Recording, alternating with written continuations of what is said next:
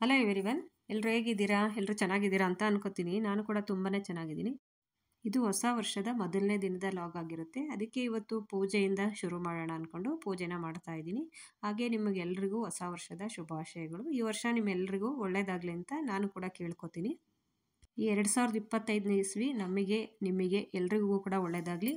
ನೀವೆಲ್ಲರೂ ಅಂದ್ಕೊಂಡಿರೋದು ಹಾಗೆ ನಾವು ಅಂದ್ಕೊಂಡಿರೋದು ಕೂಡ ಈಡೇರಲಿ ಅಂತ ಅನ್ಕೋತಾ ಇದ್ದೀನಿ.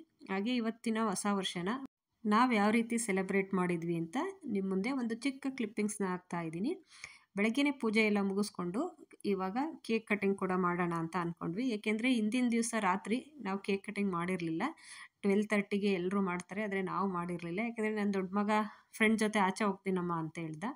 ಸೊ ಅವನಿಲ್ಲದೆ ನಾವು ಕೇಕ್ ಕಟಿಂಗ್ ಮಾಡೋದೇನು ಅಂದ್ಬಿಟ್ಟು ಬೆಳಗ್ಗೆನೇ ಮಾಡ್ಕೊಳ್ಳೋಣ ಅಂತ ಅಂದ್ಕೊಂಡು ಇವತ್ತು ಬೆಳಗ್ಗೆ ಎಲ್ಲರೂ ಫ್ರೆಶ್ ಅಪ್ ಆಗಿ ಪೂಜೆ ಎಲ್ಲ ಮುಗಿಸ್ಕೊಂಡು ಕೇಕ್ ಕಟ್ ಮಾಡ್ತಾ ಇದ್ದೀವಿ. ಆಲ್ಮೋಸ್ಟ್ ನಾವು ಕೇಕ್ ಕಟಿಂಗ್ ಎಲ್ಲ ಸ್ವಲ್ಪ ರೇರ್ ಅಂತಲೇ ಹೇಳ್ಬೋದು. ನಮ್ಮ ಮನೆಯವರು ಆಲ್ಮೋಸ್ಟ್ ಜಾಸ್ತಿ ನೈಟ್ ಶಿಫ್ಟ್ ಇರೋರು. ನನ್ನ ದೊಡ್ಡ ಮಗ ಎಲ್ಲಾದರೂ ಆಚೆ ಹೋಗ್ತಿದ್ದ. ಹಂಗಾಗಿ ನಾನು ನನ್ನ ಚಿಕ್ಕ ಮಗ ಇಬ್ಬರೇ ಏನು ಸೆಲೆಬ್ರೇಟ್ ಮಾಡೋದು ಅಂದ್ಬಿಟ್ಟು ನಾವು ಮಲಗ್ತಾ ಇದ್ವಿ. ಸೊ ಈ ವರ್ಷನಾದರೂ ಬೆಳಗ್ಗೆನಾದರೂ ಮಾಡೋಣ ಅಂದ್ಕೊಂಡು ಸಿಂಪಲ್ಲಾಗಿ ಒಂದು 1/2 kg ಅಷ್ಟು ಕೇಕ್ ತಂದು ಕೇಕ್ ಕಟಿಂಗ್ ಮಾಡಿ ಒಬ್ರಿಗೊಬ್ಬರು ತಿನ್ನಿಸ್ಕೊಂಡು ಈ ರೀತಿನ ಆರಂಭ ಮಾಡಿದ್ದೀವಿ. ಹಾಗೆ ಇವತ್ತು ಯಾವುದಾದ್ರೂ ಒಂದು ಸ್ವೀಟ್ ರೆಸಿಪಿನ ಮಾಡೋಣ ಅಂದ್ಕೊಂಡು ಸಿಂಪಲ್ಲಾಗಿ ಶಾವಿಗೆ ಪಾಯಸನ ಮಾಡ್ತಾಯಿದ್ದೀನಿ. ಆಲ್ಮೋಸ್ಟ್ ನಮ್ಮ ಮನೇಲಿ ಪಾಯಸ ಅಂದರೆ ಯಾರಿಗೂ ಅಷ್ಟೊಂದು ಇಷ್ಟ ಆಗಲ್ಲ. ಅದಕ್ಕೆ ನಾನು ಸ್ವಲ್ಪನೇ ಮಾಡೋಣ, ಇವತ್ತು ಹೊಸ ವರ್ಷದ ಮೊದಲನೇ ದಿನ ಆಗಿರೋದ್ರಿಂದ ಸ್ವೀಟ್ ರೆಸಿಪಿಯಿಂದನೇ ಶುರು ಮಾಡೋಣ ಅಂದ್ಕೊಂಡು ಅಷ್ಟೇ ಸಿಂಪಲ್ಲಾಗಿ ಶಾವಿಗೆ ಮತ್ತು ಡ್ರೈ ಫ್ರೂಟ್ಸ್ ಎಲ್ಲ ಹಾಕ್ಬಿಟ್ಟು ಸ್ವಲ್ಪ ಹಾಲು ಸಕ್ಕರೆ ಹಾಕಿ ಮಾಡ್ಕೊಂಡಿದ್ದೀನಿ. ಜಾಸ್ತಿ ಏನು ಮಾಡಿಲ್ಲ, ಸಿಂಪಲ್ಲಾಗಿ ಎಲ್ರಿಗೂ ಒಂದೊಂದು ಕಪ್ ಆಗೋಷ್ಟು ಮಾಡಿಕೊಂಡೆ. ತಿನ್ನೋದು ಅಷ್ಟೇ ಅವರು. ಸೊ ಹಂಗಾಗಿ ಕೇಕ್ ತಿಂದುಬಿಟ್ರೆ ಇವಾಗ ಪಾಯಸ ಯಾರಿಗೂ ಇಷ್ಟ ಆಗಲ್ಲ. ಸೊ ನಾನು ಅಡುಗೆನ ಸ್ವೀಟಿಂದ ಶುರು ಮಾಡೋಣ ಅಂದ್ಕೊಂಡು ಪಾಯಸ ಮಾಡಿದ್ದೀನಿ. ಜೊತೆಗೆ ಪಲಾವ್ ಕೂಡ ಮಾಡಿದೆ ಮತ್ತು ಮೊಸರು ಬಜ್ಜಿ ಮಾಡಿ ಚಿಪ್ಸ್ ಎಲ್ಲ ತೊಗೊಂಬಂದಿದ್ರು. ಅದ್ರ ಜೊತೆ ಎಲ್ಲರೂ ಸೇರ್ಕೊಂಡು ಇವಾಗ ಟಿಫನ್ನ ಮಾಡ್ತಾಯಿದ್ದೀವಿ. ಹಾಗೆ ಟಿಫನ್ ಎಲ್ಲ ಮುಗಿಸ್ಕೊಂಡು ಸ್ವಲ್ಪ ಹೊತ್ತು ರೆಸ್ಟ್ ಮಾಡಿ ಇವತ್ತು ನಾವು ಮಧ್ಯಾಹ್ನ ಮೇಲೆ ಗೌಡಗೆರೆ ಚಾಮುಂಡೇಶ್ವರಿ ದೇವಸ್ಥಾನಕ್ಕೆ ಹೋಗೋಣ ಅಂತ ನಮ್ಮ ಫ್ರೆಂಡು ಮತ್ತು ನಾನು, ನನ್ನ ಚಿಕ್ಕ ಮಗ ಇಬ್ಬರು ಅವ್ರ ಜೊತೆನೇ ಹೋಗ್ತಾಯಿದ್ದೀವಿ ಕಾರಲ್ಲಿ. ನನ್ನ ಹಸ್ಬೆಂಡು ಅವ್ರಿಗೆ ಡ್ಯೂಟಿ ಇತ್ತು, ಸೆಕೆಂಡ್ ಶಿಫ್ಟ್ ಡ್ಯೂಟಿಗೆ ಹೋದರು. ನನ್ನ ದೊಡ್ಡ ಮಗ ಕೂಡ ಬರಲಿಲ್ಲ. ನಾವು ಮಾತ್ರ ಹೋಗೋಣ ಅಂದ್ಕೊಂಡು ಆಲ್ಮೋಸ್ಟು 3:30 ಏನೋ ಆಗಿತ್ತು. ಆವಾಗ ಹೊರಟ್ವಿ ನಾವು ಮಧ್ಯಾಹ್ನ ಮೇಲೆ. ಸೊ ಇಲ್ಲಿಗೆ ಬಂದು ರೀಚ್ ಆಗೋಷ್ಟ್ರೊಳಗೆ ಆಲ್ಮೋಸ್ಟು 5:30ನೇ ಆಗ್ತಾ ಬಂದಿತ್ತು. ಆದರೆ ಜನನೂ ಇದ್ದರು, ಪರವಾಗಿಲ್ಲ. ಅಂದರೆ ಆ ಥರ ಫ್ರೈಡೇ ಮತ್ತು ಟ್ಯೂಸ್ಡೇ ಆದರೆ ತುಂಬಾ ರಶ್ ಇರುತ್ತಂತೆ. ಇವತ್ತೇನು ಅಷ್ಟೊಂದು ರಶ್ ಅಂತಲೂ ಅನ್ನಿಸ್ಲಿಲ್ಲ, ಹಾಗೆ ಖಾಲಿ ಅಂತಲೂ ಏನಿರಲಿಲ್ಲ.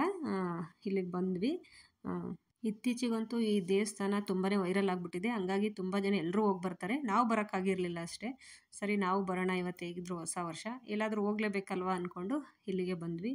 ಇಲ್ಲೆಲ್ಲ ನೋಡ್ತಾ ಇದ್ದರೆ ಸೇಮ್ ಜಾತ್ರೆ, ನಮ್ಮೂರ ಕಡೆ ಎಲ್ಲ ಜಾತ್ರೆಗಳು ನಡೀತಿತ್ತಲ್ಲ ಆ ಥರ ನೋಡಿ. ಈ ಥರ ಪುರಿ, ಖಾರ, ಸ್ವೀಟ್ಸು ಪ್ರತಿಯೊಂದು ಸಿಗುತ್ತೆ. ಕಬ್ಬಿನ ಹಾಲು, ತರಕಾರಿ ತುಂಬಾ ಚೆನ್ನಾಗಿತ್ತು. ಅವಾಗೆಲ್ಲ ಹಳ್ಳಿ ಕಡೆ ನಾವೆಲ್ಲ ಚಿಕ್ಕವರಿದ್ದಾಗ ಜಾತ್ರೆ ನೋಡ್ತಿದ್ವಲ್ಲ, ಅದೇ ರೀತಿಯೇ ಇರುತ್ತೆ. ಸಂತೆನೋ ಅಂತಲೂ ಹೇಳ್ಬೋದು, ಆ ಥರ ಇರುತ್ತೆ. ಈ ದೇವಸ್ಥಾನದ ವಿಶೇಷ ಏನು ಅಂದರೆ ಇಲ್ಲಿ ಬಂದು ಕಾಯಿನ ಕಟ್ಟಿ ನಾವೇನಾದರೂ ಅಂದ್ಕೊಂಡ್ರೆ ಅದು ಈಡೇರುತ್ತಂತೆ. ಸೊ ಹಂಗಾಗಿ ಎಲ್ಲರೂ ಬಂದು ಕಾಯಿ ಕಟ್ತಾರೆ. ನಾವು ಈ ಸಲ ಫಸ್ಟ್ ಟೈಮ್ ಬಂದಿದ್ದರಿಂದ ನಾವೇನು ಕಾಯಿ ಏನೂ ಕಟ್ಟಲಿಲ್ಲ. ಸೊ ಫಸ್ಟು ನೋಡ್ಕೊಂಡು ಹೋಗೋಣ, ಆಮೇಲೆ ಬೇಕಾದರೆ ಬಂದು ಅಂದ್ಕೊಂಡು ಕಟ್ಟಿದ್ರಾಯ್ತು ಅಂದ್ಕೊಂಡು ಹಾಗೆ ಬಂದ್ವಿ. ಇದೇ ಚಾಮುಂಡೇಶ್ವರಿ, ತುಂಬಾ ಚೆನ್ನಾಗಿದೆ, ತುಂಬ ಎತ್ತರವಾಗೂ ಇದೆ. ತುಂಬ ಜನ ಇಲ್ಲಿ ಕಾಯೆಲ್ಲ ಕಟ್ತಾರೆ, ತುಂಬ ಜನನೇ ಕಟ್ತಾಯಿದ್ರು. ಆದರೆ ಇಲ್ಲಿ ನೋಡ್ತಾ ಇದ್ರೆ ನಿಜವಾಗ್ಲೂ ಯಾವಾಗಿಂದ ಇಷ್ಟೊಂದು ಎಲ್ಲ ಕಟ್ಟಿದ್ರು ಅಂತ ಅನಿಸುತ್ತೆ. ಅಷ್ಟು ಕಾಯಿಗಳನ್ನ ಕಟ್ಟಿದ್ದಾರೆ ಅಲ್ಲಿ. ಕಾಯಿನ ಅಲ್ಲೇ ಕೂಡ ಕೊಡ್ತಾರೆ, ಅಲ್ಲೇ ತೊಗೊಂಡು ದೇವರು ಸನ್ನಿಧಾನದಲ್ಲಿ ಕೊಟ್ಟರೆ ಅವರು ಪೂಜೆ ಮಾಡಿ ಕೊಡ್ತಾರೆ. ಆಮೇಲೆ ನಾವು ಏನಾದರೂ ನಮ್ಮ ಮನಸ್ಸಲ್ಲಿರೋದನ್ನು ಕೋರ್ಕೊಂಡು ಅಲ್ಲಿ ಕಾಯಿನ ಕಟ್ಟಿದರೆ ಆಯಿತು. ನಾವು ಅಂದ್ಕೊಂಡಿದ್ದು ನೆರವೇರಬೇಕು ಅಂದರೆ 3 ಮಂತ್ಸಲ್ಲಿ 9 ಸಲ ಬಂದು ಇಲ್ಲಿ ಕಾಯಿನ ಕಟ್ಟಬೇಕಂತೆ, ಹಾಗಂತ ಹೇಳ್ತಾಯಿದ್ರು. ಸೊ ಹಂಗಾಗಿ ನಾವು ಕಾಯಿ ಏನು ಕಟ್ಟಲಿಲ್ಲ, ಸುಮ್ಮನೆ ದೇವ್ರ ದರ್ಶನ ಮಾಡ್ಕೊಂಡು ಬರೋಣ ಅಂದ್ಕೊಂಡು ಬಂದ್ವಿ. ದೇವಸ್ಥಾನ ಅಂತೂ ನಿಜವಾಗ್ಲೂ ನೋಡೋಕ್ಕೆ ತುಂಬಾ ಚೆನ್ನಾಗಿದೆ ಅಂತ ಹೇಳ್ಬೋದು. ಆಗಲೇ ಈವ್ನಿಂಗ್ ಆಗ್ತಾ ಬಂದಿದ್ದರಿಂದ ಇಲ್ಲಿ ನೋಡೋಕ್ಕೂ ಅಷ್ಟೇ ತುಂಬಾ ಚೆನ್ನಾಗಿತ್ತು. ಇಲ್ಲಿ ಇದಕ್ಕಿಂತ ಇನ್ನೊಂದು ವಿಶೇಷ ಏನು ಅಂದರೆ ಚನ್ನಪಟ್ಟಣದ ಗೊಂಬೆಗಳಿದೆಯಲ್ಲ, ಅದರಲ್ಲಿ ಪ್ರತಿಯೊಂದನ್ನು ಮಾಡಿ ಒಂದು ಮ್ಯೂಸಿಯಂನ ಮಾಡಿದ್ದಾರೆ. ಅದನ್ನು ನೋಡೋದಕ್ಕೆ ತುಂಬಾ ಖುಷಿಯಾಗುತ್ತೆ. ಅದು ಈ ಗವಿ ಒಳಗಡೆ ಮಾಡಿದ್ದಾರೆ, ಅದಂತೂ ಸಿಕ್ಕಾಪಟ್ಟೆ ಚೆನ್ನಾಗಿದೆ. ಯಾರು ಮಕ್ಕಳನ್ನ ಕರ್ಕೊಂಡು ಹೋದರೆ ಮಿಸ್ ಮಾಡಿಬಿಡಿ, ಹೋಗಿ ನೋಡ್ಕೊಂಬನ್ನಿ ಅಂತ ಹೇಳ್ತೀನಿ. ಏಕೆಂದರೆ ಅಷ್ಟು ಚೆನ್ನಾಗಿದೆ ಅದು ಒಳಗಡೆ. ಅಷ್ಟು ಚಿಕ್ಕ ಜಾಗದಲ್ಲಿ ಯಾವ ಥರ ಕಲ್ಲಿನೊಳಗಡೆ ಮಾಡಿದ್ದಾರೆ ಅಂದರೆ ತುಂಬಾ ಚೆನ್ನಾಗಿದೆ ಅಂತ ಹೇಳ್ಬೋದು. ಹಾಗೆ ಇಲ್ಲಿ ಬಸಪ್ಪನ ಸನ್ನಿಧಿ ಕೂಡ ಇದೆ. ಇಲ್ಲಿರೋ ಬಸವಣ್ಣ ಅಂದರೆ ನಾವೇನಾದರೂ ಕೇಳಿಕೊಂಡು ಅದ್ರ ಮುಂದೆ ಕೈನ ಇಟ್ಟರೆ ಅದು ಆಗುತ್ತೆ ಅಂದರೆ ಕಾಲನ್ನ ಇಡುತ್ತಂತೆ, ಇಲ್ಲ ಅಂದರೆ ಇಡಲ್ಲ ಅಂತ ಹೇಳ್ತಾಯಿದ್ರು. ನಾವು ಅದನ್ನೇನು ಟ್ರೈ ಮಾಡಲಿಲ್ಲ. ಇವಾಗ ಈ ಮ್ಯೂಸಿಯಂ ಒಳಗಡೆ ಬಂದಿದ್ದೀವಿ ನೋಡಿ. ಇಲ್ಲಿ ಕವಿಗಳೆಲ್ಲ ಅದ್ದದ್ದು ಗೊಂಬೆ ಥರ ಮಾಡಿ ಇಟ್ಟಿದ್ದಾರೆ. ಅಂದರೆ ರನ್ನ, ಪೊನ್ನ, ಪಂಪ, ಹರಿಹರ, ರಾಘವಾಂಕ ಯಾರ್ಯಾರಿದೆ ಕವಿಗಳು ಅದೆಲ್ಲ ಇಲ್ಲಿ ಈ ಥರ ಚನ್ನಪಟ್ಟಣ ಗೊಂಬೆಗಳಿಗೆ ಫೇಮಸ್ ಅಲ್ವಾ. ಈ ಥರ ಪ್ರತಿಯೊಂದು ಮ್ಯೂಸಿಯಮಲ್ಲಿ ಈ ಗೊಂಬೆನಲ್ಲೇ ನೋಡಿ, ಇದು ಪಂಪ ಕವಿ, ಹಾಗೆ ರನ್ನ ಆಗಲಿ, ಜನ್ನ, ಹಳೆ ಕವಿಗಳು ಯಾರ್ಯಾರಿದ್ದಾರೆ ಅವ್ರದ್ದೆಲ್ಲ ಈ ಥರ ಬೊಂಬೆನ ಮಾಡಿ ಇಟ್ಟಿದ್ದಾರೆ. ಹಾಗೆ ನಮ್ಮ ಭಾರತ ದೇಶನ ಯಾವ್ಯಾವ ರಾಜರು ಆಳಿದ್ರು ಅನ್ನೋದನ್ನು ಕೂಡ ಆಯಾಯ ರಾಜರದ್ದು ನೇಮ್ ಎಲ್ಲ ಬರೆದು ಮತ್ತು ಅವರ ಆಳ್ವಿಕೆ ಕಾಲಗಳನ್ನು ಕೂಡ ಇಲ್ಲಿ ಬರೆದು ಇಟ್ಟಿದ್ದಾರೆ. ಇದು ನಮಗಿಂತ ಮಕ್ಕಳಿಗೆ ತುಂಬ ಯೂಸ್ ಆಗುತ್ತೆ ಅಂತ ಹೇಳ್ಬೋದು. ಇದನ್ನು ಒಂದ್ಸಲ ನೋಡಿದರೆ ಅವರಿಗೆ ಮೆಮೊರಿಲೂ ಸ್ವಲ್ಪ ಉಳ್ಕೊಳ್ಳುತ್ತೆ. ಹಾಗಾಗಿ ಯಾರಾದರೂ ಹೋಗೋರಿದ್ದರೆ ಮಕ್ಕಳನ್ನ ಕರ್ಕೊಂಡೋಗಿ ಆರಾಮಾಗಿ ತೋರಿಸ್ಬೋದು. ಕಿತ್ತೂರು ರಾಣಿ ಚೆನ್ನಮ್ಮ ಆಗಲಿ, ಸಂಗೊಳ್ಳಿ ರಾಯಣ್ಣ, ಪ್ರತಿಯೊಂದು ಈ ಥರ.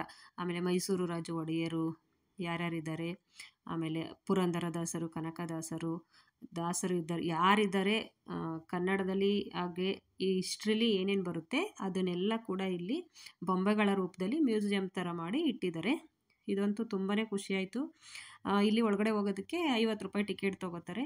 ಆದರೆ ಮಕ್ಕಳಿಗೆ ಫ್ರೀ ಇದೆ, 15 ಇಯರ್ಸ್ವರೆಗೂ ಮಕ್ಕಳಿಗೆ ಫ್ರೀ ಇದೆ. ಇದು ನೋಡಿ, ಒನಕೆ ಓಬವ್ವ ಒನಕೆನಲ್ಲೇ ಎಷ್ಟು ಜನನ ಸಾಯಿಸಿ ಹೆಣಗಳ ರಾಶಿ ಮಾಡಿದ್ಲು ಅಂತ ಕತೆ ಕೇಳಿದ್ದೀವಲ್ಲ, ಇದು ಅಷ್ಟೇ ತುಂಬಾ ಚೆನ್ನಾಗಿತ್ತು ಅಂತ ಹೇಳ್ಬೋದು.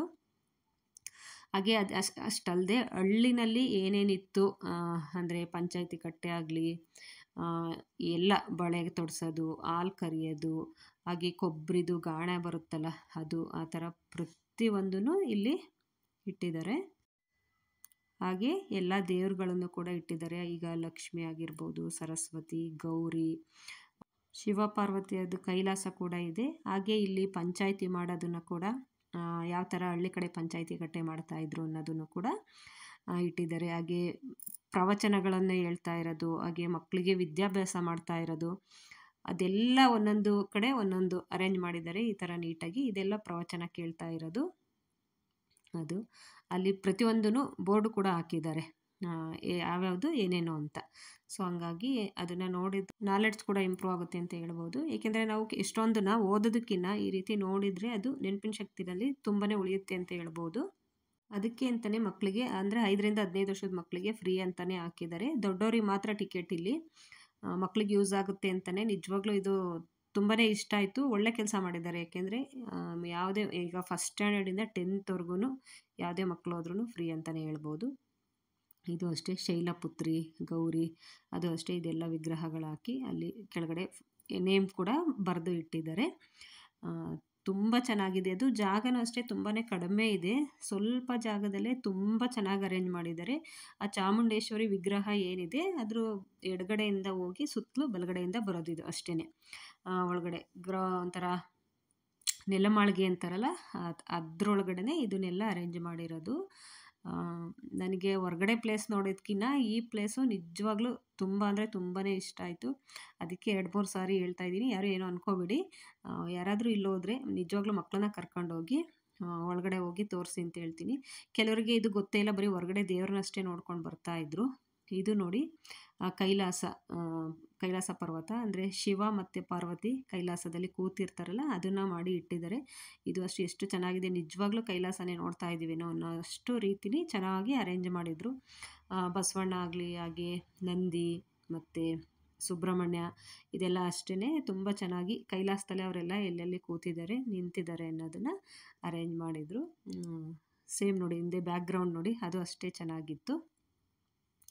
ಆಮೇಲೆ ಇದು ಹಳ್ಳಿಲಿ ಅದೇ ರೇಷ್ಮೆ ನೇಯೋದಾಗಲಿ, ಆ ಥರ ಮಡಿಕೆ ಮಾಡೋದು, ಮತ್ತು ಇದು ನೋಡಿ ಕೊಬ್ಬರಿ ಗಾಣ, ಕೊಬ್ಬರಿಲಿ ಎಣ್ಣೆ ತೆಗಿತೀವಲ್ಲ ಅದು, ಆ ಥರ ಎಲ್ಲ ತುಂಬಾ ಚೆನ್ನಾಗಿತ್ತು ಅಂತ ಹೇಳ್ಬೋದು. ಯಾವುದನ್ನು ನೀವು ಹಳ್ಳಿ ಬಗ್ಗೆ ಏನು ಗೊತ್ತಿಲ್ಲದರೂ ಕೂಡ ಇದನ್ನು ನೋಡಿದರೆ ನಾವು ಹಳ್ಳಿಲೇ ಜೀವನ ಮಾಡಿದ್ದೀವೇನೋ ಅನ್ನಿಸ್ಬೇಕು. ನಮಗೆಲ್ಲ ಗೊತ್ತಿದೆ, ಈ 90s ಕಿಡ್ಸ್ಗೆಲ್ಲ ಹಳ್ಳಿ ಬಗ್ಗೆ ಗೊತ್ತಿದೆ, ಇವಾಗಿನ ಮಕ್ಕಳಿಗೆ ಏನೂ ಗೊತ್ತಿರಲ್ಲ ನೋಡಿ. ಇಲ್ಲಿ ನೋಡಿ ಬಳೆ ತೊಡಿಸ್ತಾ ಇದ್ದಾರೆ, ಎಷ್ಟು ಚೆನ್ನಾಗಿ ಬಳೆ ಅಂದರೆ ಮಾಲೆ ಬರುತ್ತಲ್ಲ ಅದು, ಹಾಗೆ ಬಳೆನ ಜೋಡಿಸಿರ್ತಾರಲ್ಲ ಅದು, ಅದೆಲ್ಲ ಎಷ್ಟು ಚೆನ್ನಾಗಿದೆ. ಅವಾಗೆ ಇದು ನೋಡಿ ಹಾಲು ಕರಿತಾ ಇರೋದು, ಹಾಗೆ ಇಲ್ಲಿ ಹೂವು ಕಟ್ತಾ ಇರೋದು. ನಾನು ಇನ್ನೂ ಸುಮಾರು ಕ್ಲಿಪ್ಪಿಂಗ್ಸು ತೊಗೊಳ್ಳಿಲ್ಲ, ಏಕೆಂದರೆ ಲಾಂಗ್ ಆಗುತ್ತೆ ವಿಡಿಯೋ ಅಂದ್ಕೊಂಡು. ಇನ್ನೂ ತುಂಬ ಈಗ ಕುಡ್ಲು ಮಚ್ಚು ಎಲ್ಲ ಕುಲುಮೆ ಮಾಡ್ತಾರಲ್ಲ ಅದು ಕೂಡ ಇತ್ತು. ಹಾಗೆ ಇಲ್ಲಿ ಭಾರತದಲ್ಲಿ 13 ಜ್ಯೋತಿರ್ಲಿಂಗಗಳಿದೆಯಂತೆ. ಅದನ್ನೆಲ್ಲ ಕೂಡ ಇಲ್ಲಿ ಇಟ್ಟಿದ್ದಾರೆ. ಅಂದರೆ ಯಾವ್ಯಾವ ಸ್ಟೇಟಲ್ಲಿ ಯಾವ್ಯಾವುದು ಜ್ಯೋತಿರ್ಲಿಂಗಗಳಿದೆ ಅಂತ. ಅದು ಕೂಡ ಇಲ್ಲ. ಇದನ್ನೆಲ್ಲ ನೋಡ್ಕೊಂಡು ಬರೋ ಅಷ್ಟರೊಳಗೆ 7:30 ಆಗಿತ್ತು. ಇವಾಗ ನೈಟ್ ಟೈಮಲ್ಲಿ ಚಾಮುಂಡೇಶ್ವರಿ ದೇವಿ ಹೇಗೆ ಕಾಣಿಸ್ತಾ ಇದೆ ಅನ್ನೋದು ಲಾಸ್ಟ್ ಕ್ಲಿಪ್ಪಿಂಗ್ಸ್ನ ತೆಗೆದಿದ್ದೀನಿ. ವಿಡಿಯೋ ಇಷ್ಟ ಆಗಿದ್ರೆ ಲೈಕ್ ಮಾಡಿ, ಹಾಗೆ ಫಾಲೋ ಮಾಡಿ. Thank you so much. See you in the next vlog.